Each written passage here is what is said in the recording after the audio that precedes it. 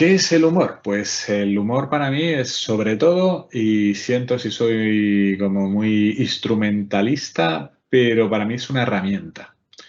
Yo creo que es una herramienta en la vida en general para construir puentes y para conectar genuinamente con la gente, ¿no?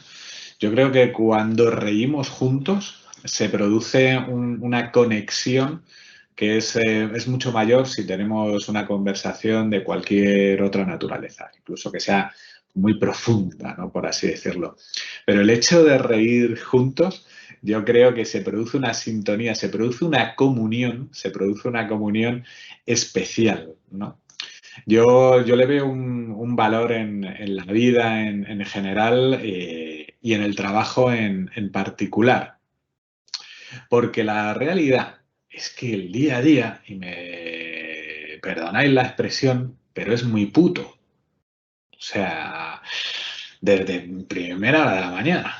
O sea, ya las rutinas que tenemos, un punto esclavistas, por así decirlo, por no mencionar el divertido momento de ver el telediario, ¿no? Cuando ves la mezquindad y la mediocridad que nos rodea, pues para mí el humor en ese sentido es mi chaleco salvavidas. Y en el trabajo me parece una herramienta de gestión espectacular. De hecho, yo en mis conferencias se suelen titular la habilidad más infravalorada del liderazgo, el sentido del humor.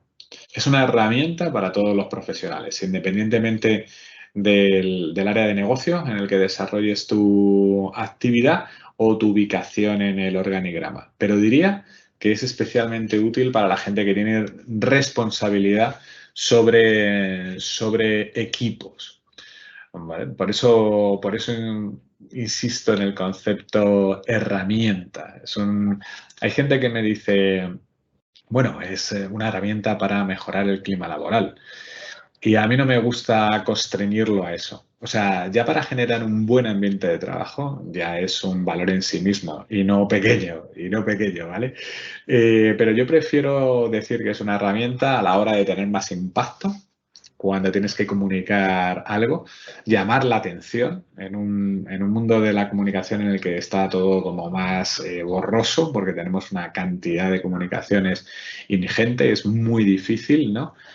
Seleccionar a qué le vas a dedicar tu tiempo, el humor tiene ese poder y también es espectacularmente útil en temas de negociación, lidiar con conversaciones difíciles, responder un ataque, poner a dos personas de acuerdo y por supuesto, ahora que se habla tanto de la resiliencia, ¿no? Después del año y medio que llevamos, yo creo que el humor también es un vehículo para eso.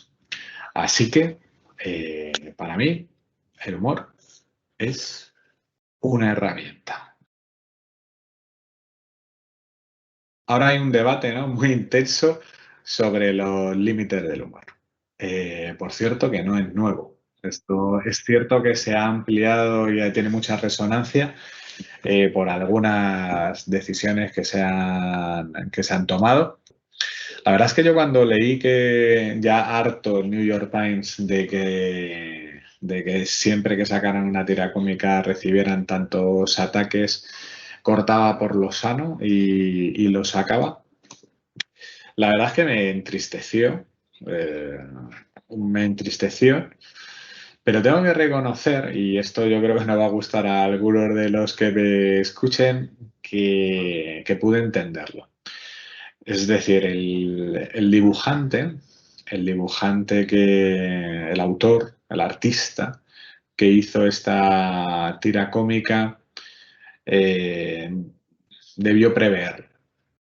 A ver, no quiero decir, yo no creo me estoy contradiciendo, digo que no creo en la autocensura, pero yo voy a decir que sí que hay que ser prudente, hay que ser prudente. Es decir, si tú lo que querías es enviar el mensaje de que hay un político que está siendo dirigido, ¿no?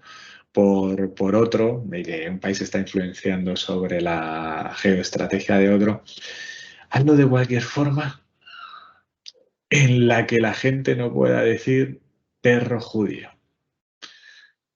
Porque el ruido lo vas a tener. Y entonces ahí es una de las claves para mí del humor, ¿no? Donde el equilibrio entre el fondo y la forma.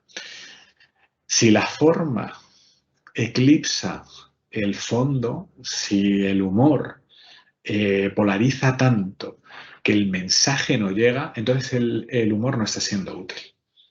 El humor tiene que ensalzar el concepto, aclararlo, que llegue y consiga su impacto. Si es una crítica, en este caso, la crítica debe quedar meridianamente clara, pero no te tienes que ir al terreno de si es insultante o no es insultante, o en este caso, si realmente es un ejercicio de antisemitismo, ¿no? Ahí es donde yo creo que los humoristas y los cómicos profesionales deben poner el foco. Tú puedes hacer una crítica cruda, pero que no sea insultante. Una vez, en una ocasión, acerca de los límites del humor, vi como era una imagen gráfica en la que el humor aparecía como un país y estaba rodeado de otros países, ¿no? En el que estaba pues la chabacanería, el humor cruel, los lugares comunes, ¿no? La corrección política, ¿no?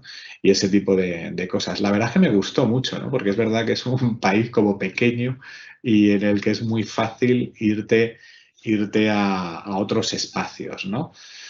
Y sobre todo cuando haces chistes sobre otras personas y están politizados, y ahora, como bien sabemos, se puede hasta criminalizar, ¿no? Si tú haces chistes sobre o víctimas del terrorismo o sobre verdugos de la dictadura, ¿no? Entonces ahí caes en una crueldad que algunos pueden considerar incluso delito de odio, ¿no? Es igual que el tema de la chabacanería, ¿no? Cuando yo entro en una reunión y alguien pues viene de otra reunión y era un comité muy largo y dice, me la he comido entera. Y coge a alguien y hace un chiste, ¿no? De rollo fálico, ¿no? Y tú dices, joder, era necesario de verdad decir esa tontada, coño, que no tiene ninguna inteligencia ni aporta nada, o sea, no aporta nada al momento, ¿sabes? No facilita ninguna conversación. Entonces, es fácil, pero mirar, en el ámbito profesional ha habido un par de casos en los que tú dices, ahí va, pues sí que es necesario ciertos límites. No sé si recordáis hace unos años en Chile, a finales del 2016, yo creo que era, en un evento de empresarios, en un evento público con medios de comunicación, y le regalaron ni más ni menos que al ministro de Economía de aquellos años una muñeca hinchable. ¿Vale? Una muñeca hinchable en el que básicamente la broma lo que quería venir a decir que es que tanto la economía como las mujeres deberían ser estimuladas para activarse, ¿no? Allí un jolgorio, todos los asistentes, pues os podéis imaginar el perfil de los mismos. Y entonces ocurrió lo que ocurrió. Que estaba allí cámaras, fotógrafos y periodistas.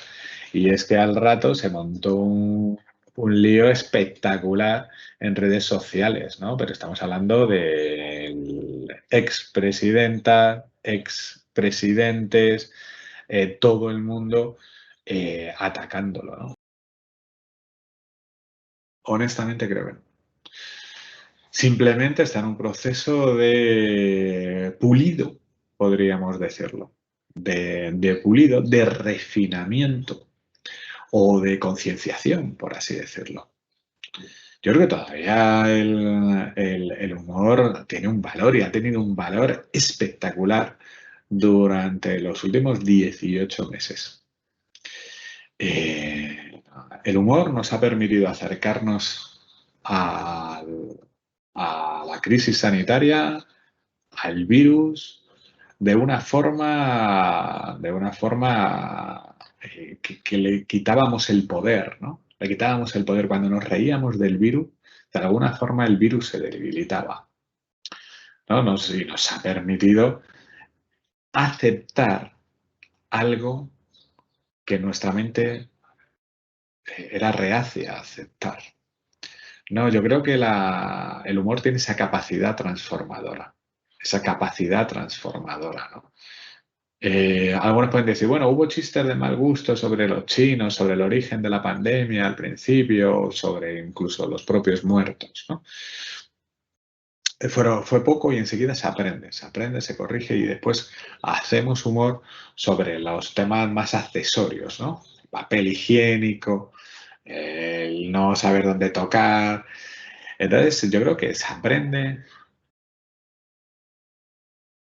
¿Qué puede aportar el instituto? Hombre, yo creo que ya está aportando, ¿no? Yo creo que está aportando. Es un espacio, primero, en el que al debatir este tipo de cosas, yo creo que de alguna forma se está enfriando, ¿no? Enfría un poco el debate que pueda haber. Eh, Sí es cierto que si haces una aproximación al humor como muy empírica, por así decirlo, ¿no? Muy analítica, pues te puede pasar un poco lo que dijo, creo que fue Bob Mankoff, que dijo que analizar el humor es como diseccionar una rana, ¿no? Que pocas personas están interesadas en el resultado y las ranas se mueren en el proceso, por así decirlo, ¿no?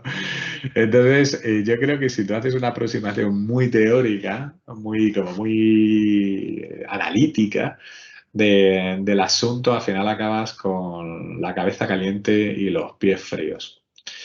Yo creo que el instituto lo que puede hacer es ensalzar el humor como esa herramienta, como ese vehículo del que hablaba al principio de mi entrevista. También puede, y creo que alejarse un poco del humor más profesional y acercarse al humor más mundano, ¿no?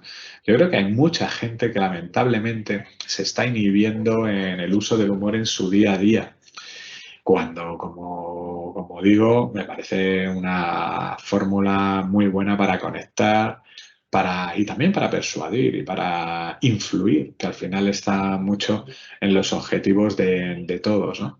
Y yo creo que la gente se está inhibiendo y simplemente con 3, 4 recomendaciones de cómo utilizarlo, yo creo que mucha gente sería más activista, ¿no? Ganaríamos en masa de gente que lo utiliza más intensivamente, ¿no? Yo creo que esa es una de las líneas de trabajo que puede tener el instituto. Y sobre todo yo creo que cuando nos sintamos atacados, los activistas del humor, tenemos que defender nuestra posición con humor.